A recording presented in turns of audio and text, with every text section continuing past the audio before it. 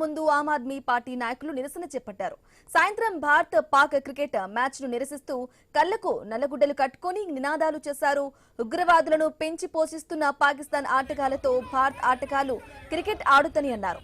భారత్ ఈ మ్యాచ్ ను బహిష్కరించాలని Telangana Aam Aadmi Party chief convener doctor Diddi Sudhakar demand చేశారు.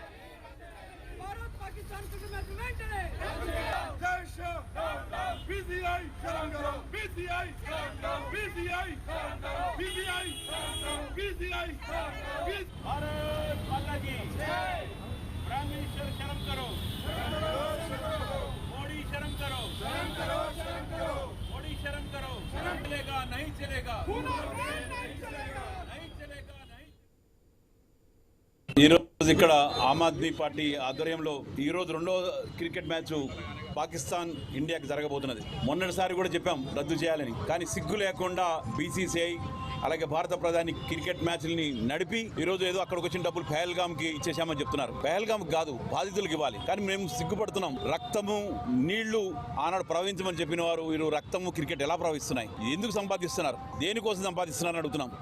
ఈరోజు ప్రతి దాడి భారతదేశం మీద చేస్తున్న దాడి, భారతదేశం మీద చేస్తున్న దాడి.